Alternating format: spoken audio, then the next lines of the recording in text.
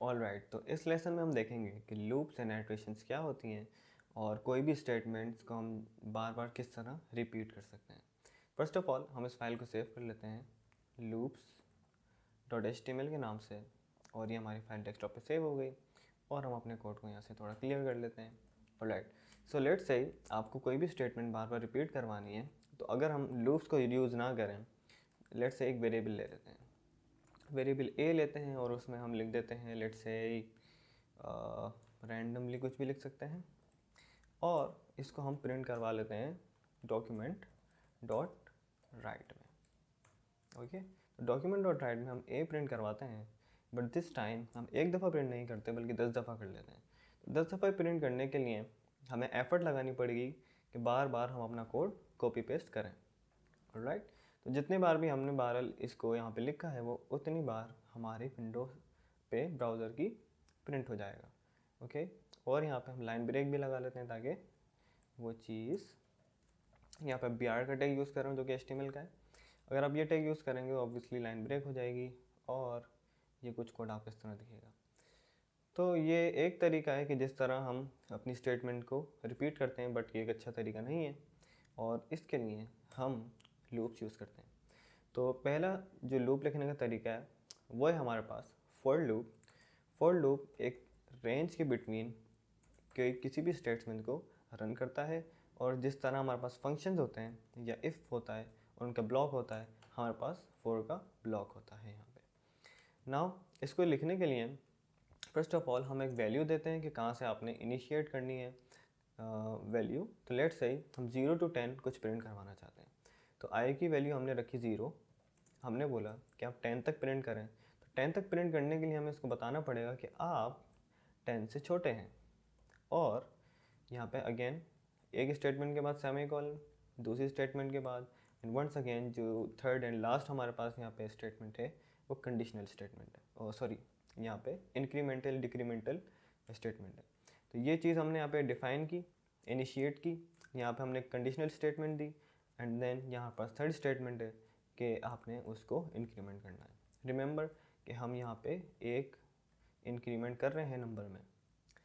तो यहाँ पे हमने बोला कि 0 से 10 तक जाएं, और 10 तक जाने के लिए हमेशा 1 का इंक्रीमेंट करें। तो अब यहाँ पे अगर हम लिखें डॉक्यूमेंट डॉट राइट, क्योंकि इसको 10 टाइम्स प्रिंट होना है, तो हम यहाँ पे लेट्स से प्रिंट करवा लेते हैं, लेट्स से कुछ भी लिख लेते हैं फ़िलहाल रैंडम। ओके, और यहाँ पे BRB लिख लेते हैं। कंट्रोल S, पेज को रिफ़्रेश करते हैं, तो ये देखें सेम वे में रैंडम हमारे पास प्रिंट हुआ है एंड 10 टाइम्स पढ़ लेते हैं। 0 1 2 3 4 5 6 7 8 9, तो ये 9 तक प्रिंट हुआ है, विच मीन्स कि ये 10 तक प्रिंट नहीं हुआ। और 10 तक प्रिंट ना होने की वजह ये भी है कि ये लेस देन पे प्रिंट हुआ है 10 से। तो 10 से लेस देन हमेशा 9 ही रहेगा। अगर हम यहाँ पे इक्वल्स टू लगा दें तो ये 10 टाइम्स प्रिंट होगा। और हम ये भी देख लें, क्योंकि यहाँ पे हमारे पास लाइन नंबर शो नहीं कर रहा है, तो हम यहाँ पे सिंपली जो हमने आई का वेरिएबल इनिशिएट किया है हम यहाँ पे लिख लेते हैं आई। तो आई और इसको कॉन्केट कर देते हैं कॉन्केटिनेशन के कॉन्सेप्ट को यूज़ करते हुए विद द स्ट्रिंग। तो कंट्रोल S करते हैं और यहाँ पे एक डॉट भी लगा देते हैं स्टार्ट में स्पेस के साथ। जब हम अपने ब्राउज़र को रिफ्रेश करेंगे तो आप देखें 0 से स्टार्ट होते हुए उसने 10 तक प्रिंटिंग की है। यही अगर हम 1 से स्टार्ट करते हैं अपने लूप को, तो 1 से लेकर 10 तक ये देखिए ये चीज़ प्रिंट हो जाएगी।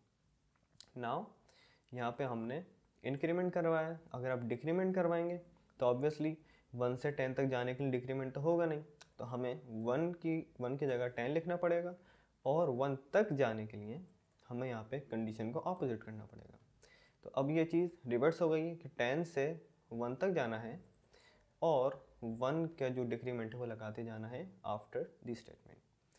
तो हम पेज को रिफ्रेश करते हैं तो देखिए एक चीज़ हमारे पास एरर आया है। हम अपने इंस्पेक्ट में जाते हैं और ये देखिए कंसोल में बताएगा।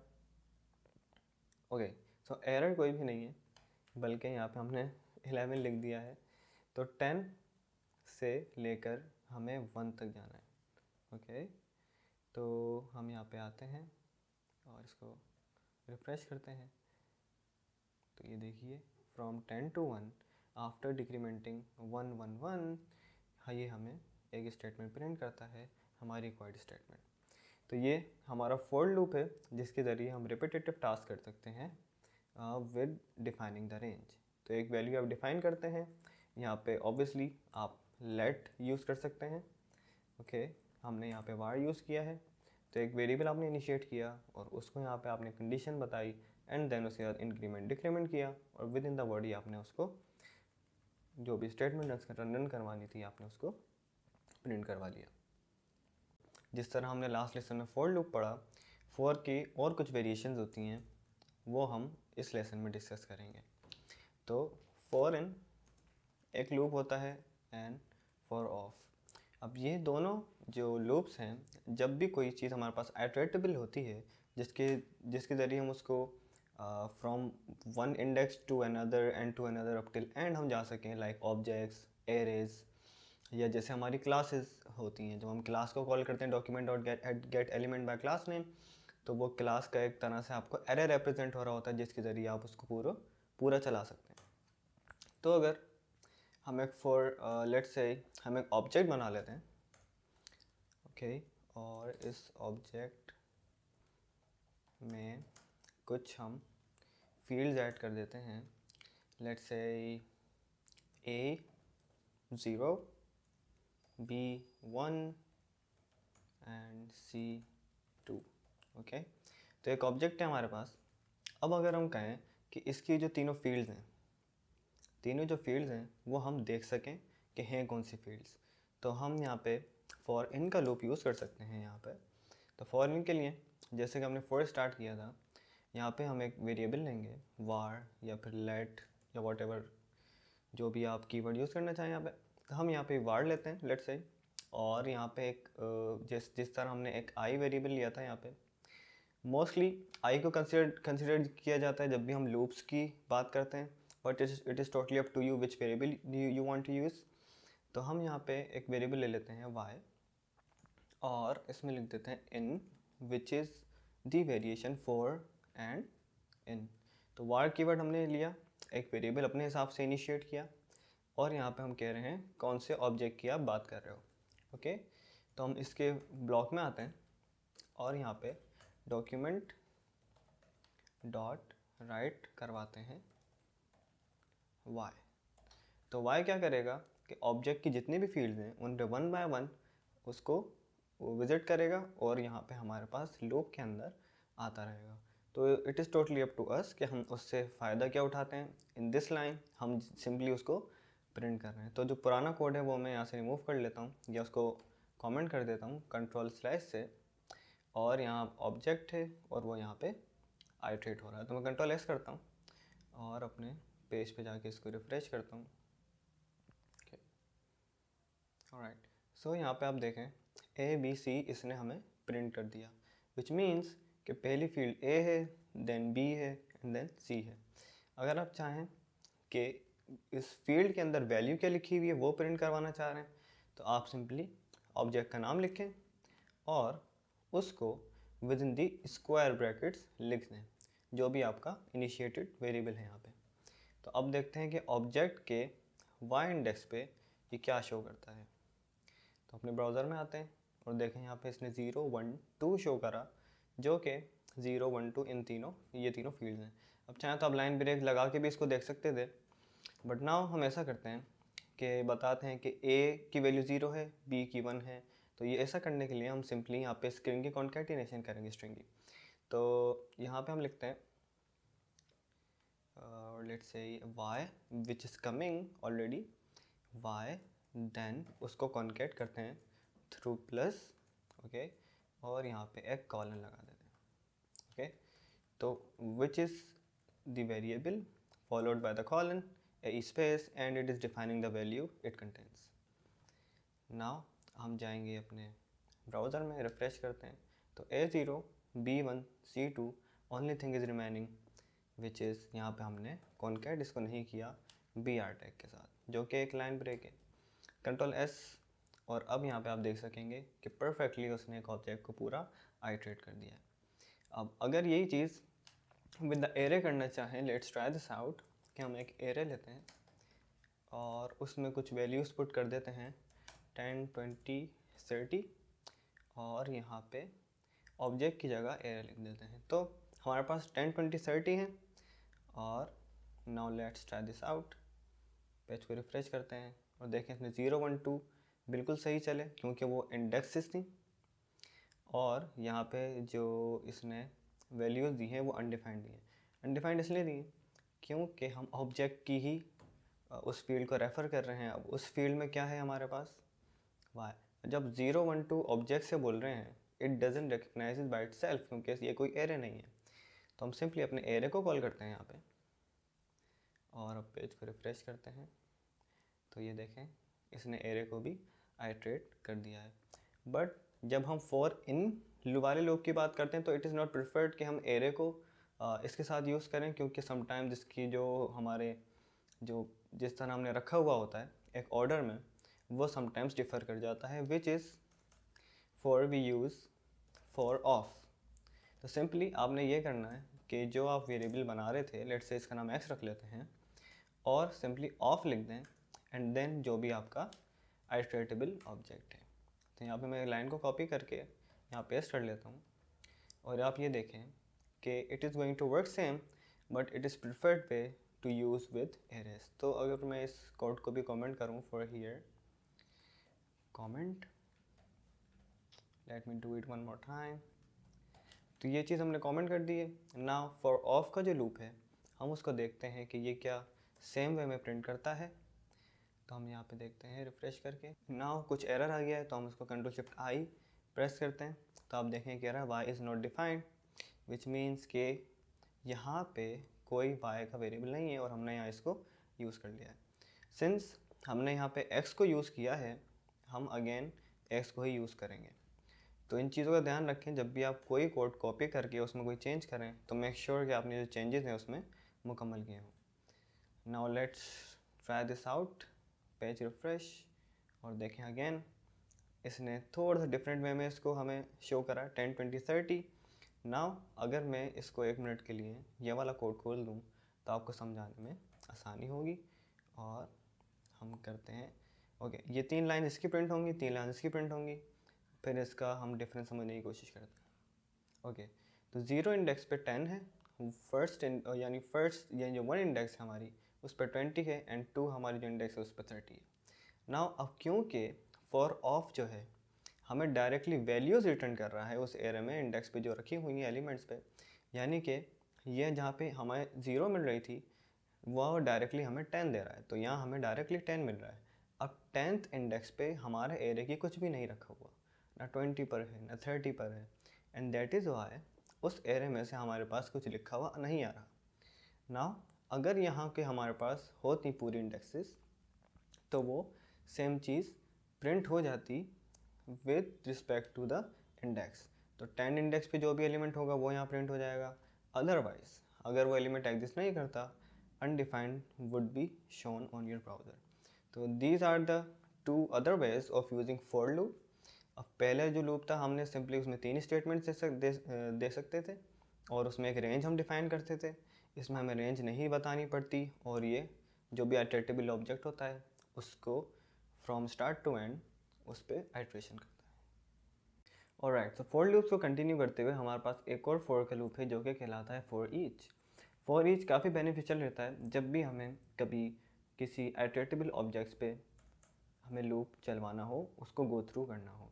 तो ये जो हमारे फॉर इन और फॉर ऑफ के जो लूप्स हैं उसे मैं Ctrl+ से यहाँ पे कमेंट कर लेता हूँ और यहाँ पे अपना फॉर ईच का जो हमारा लूप है वो लिखते हैं। तो इसके लिए हम एक मेथड इसके साथ अटैच करते हैं जो कि फॉर ईच कहलाता है और इट इज़ रिटन डिफरेंटली। जिस तरह हम पहले फॉर इन फॉर ऑफ को लिखते थे कि पहले यहाँ उनका डेफिनेशन करते थे एंड देन उसको अपने कोड ब्लॉक में यहाँ पे उसके एसोसिएटेड वर्क करते थे। ना यहाँ पे हम एक फ़ंक्शन लेंगे और सेमीकोलन के साथ अब उसके पेरेंथीज में हम फंक्शन बनाएंगे। फंक्शन का नाम भी ऑफ कोर्स आप दे सकते हैं, पर यहाँ पे हम इसको फंक्शन को लेते हुए इसके साथ एक पैरामीटर भी ले लेते हैं, लेट्स से ई, जो कि मोस्टली एज अ कीवर्ड लिया जाता है, और हमारे जो ब्रेसेस हैं ओपन क्लोज। अब यहाँ पे अगर हम इसको लिखना चाहें कंसोल में, तो console डॉट लॉग। और सेम वे में अगर मैं यहाँ पे ई लिखता हूँ तो लेट्स से ब्राउज़र में क्या प्रिंट होता है 10 20 30, क्योंकि 10 20 30 एरे के अंदर रिप्रेजेंटेड है। नाउ अगर आप चाहते हैं कि इसके साथ कोई और फंक्शन या ऑपरेशन परफॉर्म करें, लेट्स से हम कहते हैं कि what ever the value comes, let's say क्योंकि ई है तो हम ई को मल्टीप्लाई कर देते हैं ई से और उसको हम स्टोर कर देते हैं एक वेरिएबल में। तो हम इसको यहाँ पे कह देते हैं मल्टीप्लाई लेट्स से, ओके। और इसका जो वेरिएबल है वो भी चाहे तो हम यहाँ क्रिएट कर दें या फिर आउटसाइड दिस ब्लॉक, ओके। इसको यहाँ हम अभी कोई वैल्यू नहीं देते और यहाँ पे आके हम ओवर द टाइम बार बार उसे असाइन कर रहे हैं और यहाँ हम प्रिंट करवाते हैं जो भी हमने यहाँ पे वेरिएबल बनाया। तो जो भी वैल्यू आएगी वो उसी से मल्टीप्लाई हो जाएगी एंड देन वो चीज़ प्रिंट होगी। यहाँ हम आते हैं अपने और ब्राउज़र को रिफ्रेश करते हैं तो देखें 10 times 10 100 and 40 times 40, was it 40? Okay 20, तो 20 टाइम्स 20 एंड देन 30 टाइम्स 30 हमारे पास वो आपस में ही मल्टीप्लाई हो गए हैं। तो इस तरह के जो भी आप ऑपरेशन परफॉर्म करना चाहें वो भी परफॉर्म कर सकते हैं और फॉर ईच काफ़ी यूज़फुल रहता है ऐसे मामलात में। सेम वे में अगर यहाँ पे अगर आप इसको लूप यहाँ पे फॉर को यूज़ करना चाहते हैं लेट्स से दिस वन, तो हम इसको अनकमेंट करते हैं कंट्रोल स्लैश से अगेन और यहाँ पे मैं लिखता from I starting from 0 and I is less than जो हमारा एरे है उसकी लेंथ, तो एरे डॉट लेंथ जो भी हो और देन उसके साथ हम प्लस कर देते हैं। तो starting from 0 it would go up till the array ends and then उसके साथ हम सेम चीज़ परफॉर्म करते हैं। तो यहाँ पे मैं इस कोड को कॉपी करता हूँ, यहाँ पे लिखता हूँ कंट्रोल वी और मेक श्योर जहाँ आप एरे डिफाइन करें उसके नीचे आपने हमेशा लिखना है अपना कोड। तो इस लाइन को भी मैं यहाँ से कंट्रोल एक्स कट कर लेता हूँ, यहाँ पे पेस्ट कर लेता हूँ। तो ये देखें हमारे पास एक एरे है और यहाँ पे हमने एक मल्टीप्लिकेशन का वेरिएबल बनाया है, उसको हम बार बार मल्टीप्लाई करते हैं। बट दिस टाइम क्योंकि हम ई को एक्सेस नहीं कर रहे हैं बल्कि एक आई को एक्सेस कर रहे हैं, हमें एरे के साथ आई लिखना पड़ेगा ताकि जो भी वैल्यू इस इंडेक्स पे आए वो उसी से मल्टीप्लाई हो जाए। लेकिन इस केस में क्योंकि वहाँ पे हम कीज़ यूज़ करते हैं, जो भी आप यहाँ पे जैसे यहाँ पे आप पैरामीटर में पास कर रहे हैं या फिर फॉर इन फॉर ऑफ में ऐसे हम की लेते हैं, इसका थोड़ा सा हमेशा डिफरेंट रहता है। बट मोस्टली फॉर वो लूप है कि जो मोस्टली यूज़ किया जाता है।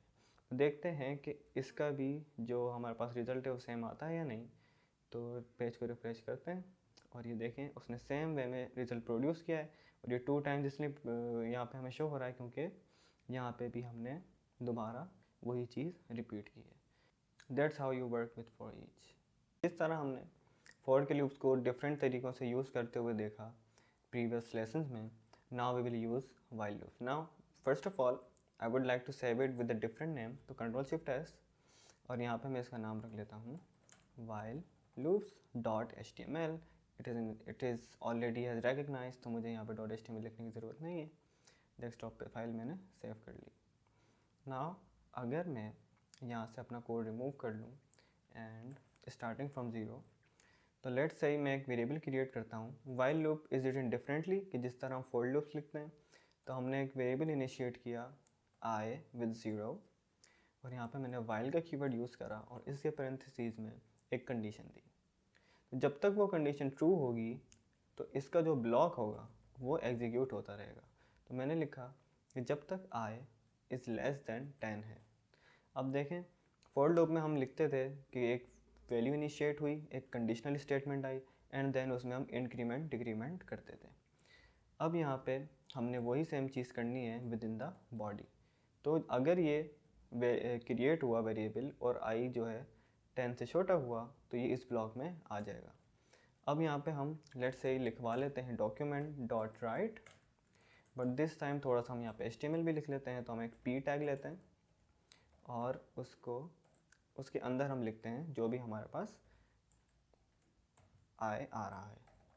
तो आई जो हमारे पास आ रहा है starting from 0 to 10 because it would come over to the 9, क्योंकि 0 से 9 तक 10 का काउंट हो जाता है। और ये हमने कॉन्केट करवा दिया, बजाय इसके कि हम इसको यहाँ पे डायरेक्ट लिखते, क्योंकि वो स्ट्रिंग कंसिडर किया जाता, इसलिए हमने अपनी स्ट्रिंग को यहाँ पे कट किया और इसको एज अ जॉइंट या कॉन्केट कर दिया। तो अब देखते हैं क्या ये चीज़ हमारे ब्राउज़र में शो होती है। तो अपने वाइल के लूप को हम यहाँ से एग्जीक्यूट करते हैं। देखिए 0 1 2 3 4 अप टू 9, तो ये हमारा वाइल लूप आ गया। और सेपरेट इसलिए लिखे हुए आ रहे हैं क्योंकि हमने इसको डायरेक्टली प्रिंट नहीं किया, बल्कि पी टैग से इसको हमने यहाँ पे प्रिंट किया है। अब ये एक तरीका है कि किस तरह हम वाइल लूप को एग्जीक्यूट करते हैं। Now let's talk about do while loop. Okay, तो do while loop works the same way, but उसमें हमेशा एक दफ़ा लूप रन होता है। अगर मैं यहाँ पे कंडीशन को फॉल्स कर दूँ इन दिस केस, तो अब देखते हैं कि ये लूप रन होता है, तो ये लूप रन नहीं हुआ। बट डू वाइल के केस में हम देखेंगे कि एक दफ़ा लूप जो है ज़रूर एग्जीक्यूट होगा। तो i इज़ इक्वल टू 0, मैंने कहा आपने फॉलोइंग जो भी इंस्ट्रक्शन से करनी है, और मैं इसको यहाँ से हटाता हूँ लेट्स से, और सिंपली ऐसे लिख देता हूँ। हमने सिर्फ रीस्ट्रक्चर कर दिया है अपने लूप को, और आप देखें कि ये किस तरह वर्क करता है। फर्स्ट ऑफ ऑल हमने डू लिखा और एक उसके साथ इंस्ट्रक्शंस लगा दी, और जहाँ पे हमारी इंस्ट्रक्शंस ख़त्म हो रही हैं वहाँ पे हमने वाइल लगा दिया और इसको लाइन टर्मिनेटर से सेमीकोलन से लाइन को टर्मिनेट किया। Now let's see if it works the same way the way it was working.